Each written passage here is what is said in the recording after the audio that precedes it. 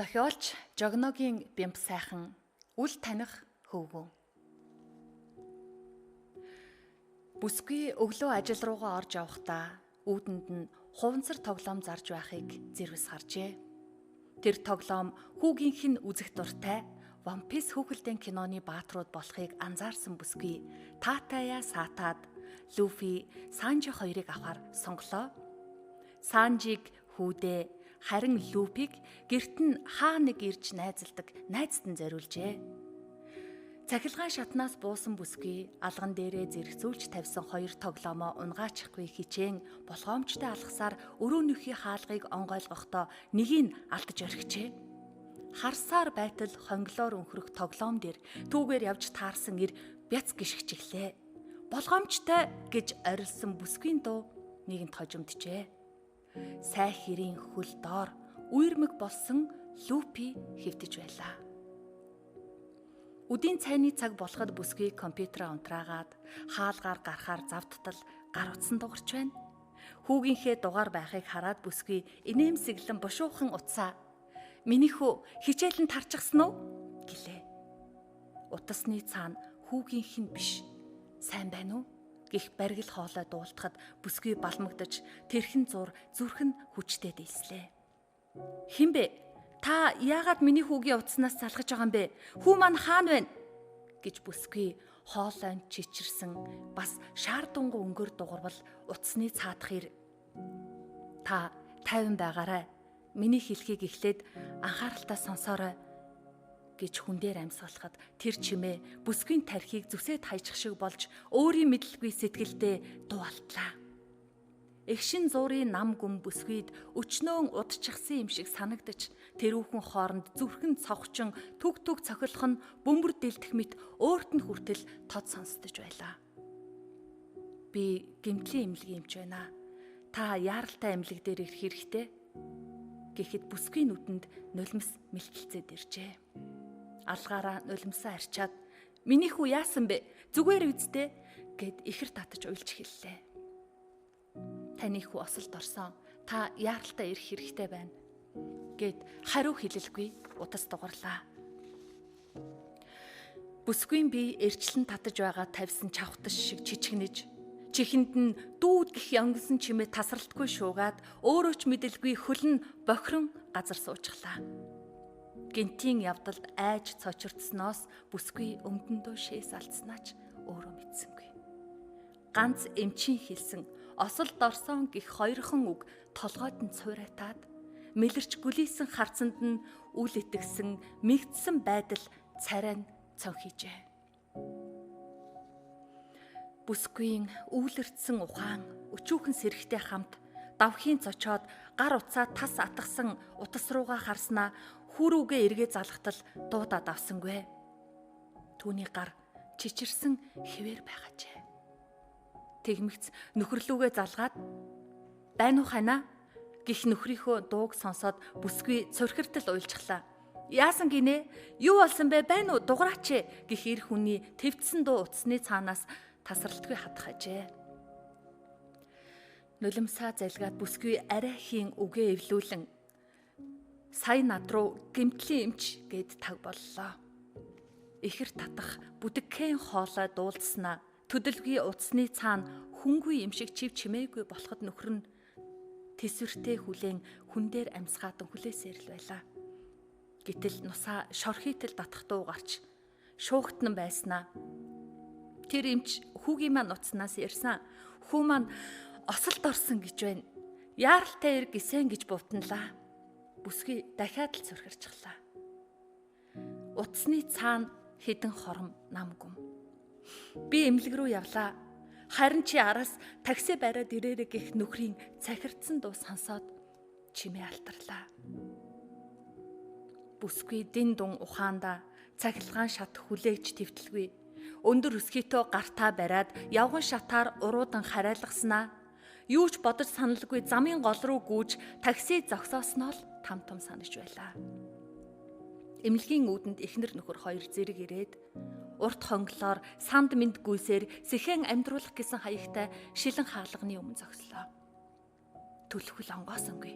Цаанаас сувилагч ирж хандах товчлуур даран хаалга нээвэл үсэн сэгсэж зохин бүлцийгээ тавцсан түүний цаанаас ёлтойх улаан нүдээр цоргих бүсгүй.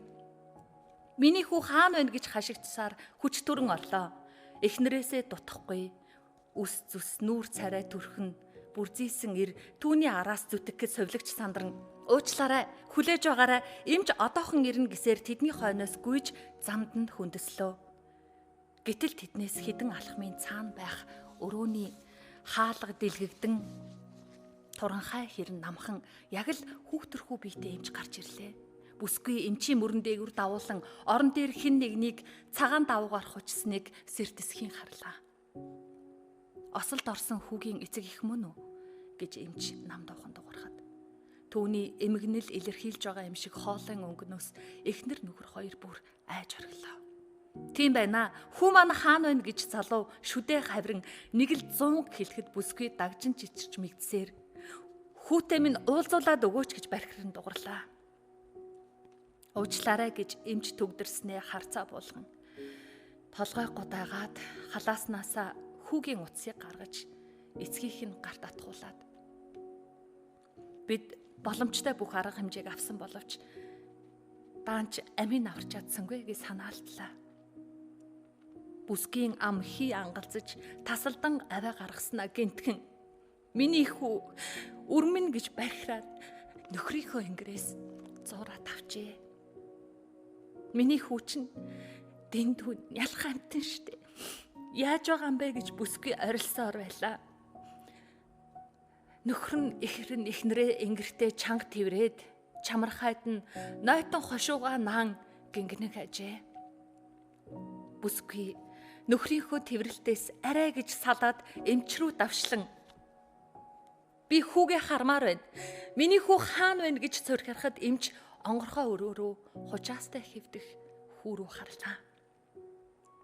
Өрөөнд орны дэргэд аль хэдийн очоод зогсчихсон сувилагч айжуухан хөдөлгөөнөөр хүүгийн нүрийг бүтээсэн даав өгсөхөд эхнэр нөхөр хоёр юу хэлэхээ мэдэхгүй хэсэг зур мэлэрчлээ. Орон дээр хацар нүүрэн зулгараад хавдаж хөхөрсөн царай нь танихад бэрхтээ зэрэмдэглэгдсэн хөвгүүн нүд нь хагас анаатай хөвтг ажээ. Бүсгүй. Бурхан минь гэж дуу алдаад харц буулгалаа. Тэгээд эмч рүү энэ миний хүү биш байна гэж шивнэхэд эмч үгүй юу гэж яагаад гэж уулгамчилснаа. Наад утас чинь тэгээд хинийх юм бэ гэд нөхрийнх нь гарт байсан утас руу занглаа. Энч миний хүүгийн утас мөн л дөө. Гэхдээ тэр жаал миний хүү биш байна. Магадгүй утсыг авсан байж болох юм гэж эхнэрлүүгээ харан бутналаа.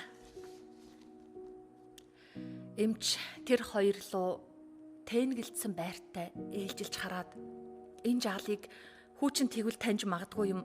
Чадвал та нар арг эрт нь хил дуулах чараа гэж өгүүллээ. Эмнэлгээс гараад эхнэр нөхөр хоёр хоорондоо үгч салсангүй. Урдах замаал ширтсээр сэтгэлдээ залбиран гэр өөдөө яарлаа. Хаалгаа түлхүүрдэн сандарсаар орвол хүүн зочны өрөөнийхөө буйдан дээр гим хийсэн юм шиг хулганан сууж байлаа. Тэр үгийн солиогүй хүүгээ тэрч аваад үнсэж үлгэж гарлаа. Миний хөө аав ээж хоёроо ямар их айлгаваа гэж бүсгүй хэлээд нулимстай нүдэ харьцснаа дахиад л хүүгээ тэрэн үнслээ. Би тацтай юм а гэж эцэг нь өгүүлээд хүүгийнхээ толгойг үнэрлэхэд хүүн уйлчихжээ. Хэдхэн мөчийн хойно тэр жаал яасан бол гэж хүүг дуурахад сая тэд эмнэлгийн орон дээр нас бараад хэвтэж байсан хөвгүүнийг санджээ. Эхнэр нөхөр хоёр бие биерүүгээ асуусан харцаар ширтлээ. Миний хүүгийн утсыг хэн авсан бэ гэж эцэг нь асуухад нусаа шорхийн татаад манай ангийн жаал тоглоот хийгээд авсан юм а. Миний урд тоглоомондоо улаарад зам гарч явж байгаад машинд мөргүүлсэн. Би харин айсан та зүхтаад явчихсан гэж хүүн хариуллаа. Тэр зүгээр үү гэж аав ээжээсээ асуухад Зүгээрээ жоохон л бэртсэн. Одоо эмнэлэгт эмчлүүлж байгаа гэж аав нь шивнээд хүүгийнхээ зулааг иллээ. Аав ээж нь мэдсэн болов? Гэрийнхэн дугаар миний утсан дээр байгаа Лүпигээд хадгалцсан гэж хүүгээ хэлмэгц ээж нь өглөөний явдлыг санаад давхийн цочлоо. Аав нь хэлчихнэ миний хүү. Тэр хүүгээ өрөөндөө ороо гэж явуулсан хойноо одоо яах вэ гэж эхнэрээсээ асуудал. Би хүүгээ алдахын зовлонг сая биеэрээ мэдэрлээ. Би л ав хэлж чадахгүй айж байна гэж байна. Тэгээд одоо яах юм бэ? Бурхан минь. Эмч цагдаа нар яаж энэ үгийг хэлж чаддаг байна? Тэгээд яах юм бэ? Эцэг их нь хүүхдээ хайж байгаа штэ. Ангийн багш руу нь уцаар яриад хэлчих. Осолд орсон эмнэлэгт байна. Яаралтай ээж аавтай нь холбоо бариа гэд хэлчих гэлээ. Нөхөр уцаа аваад хүүгийнхээ ангийн багш руу залгавал холбогдох боломжгүй учраас дараа залгална гэсэн хариулт авлаа. Нар хэдийн жаргаж орой болсон ч зочны өрөөнд эхнэр нөхөр хоёр гэрлээч асаалгүй, анир чимээгүй шуухтнан суусаар байлаа. Тэгж харанхуйгаас би хүслэнгийн аав байна. Хүүчин гэмтлийн эмнэлэгт байгаа. Та нар яаралтай очих хэрэгтэй гэсэн бүдэгхэн дуу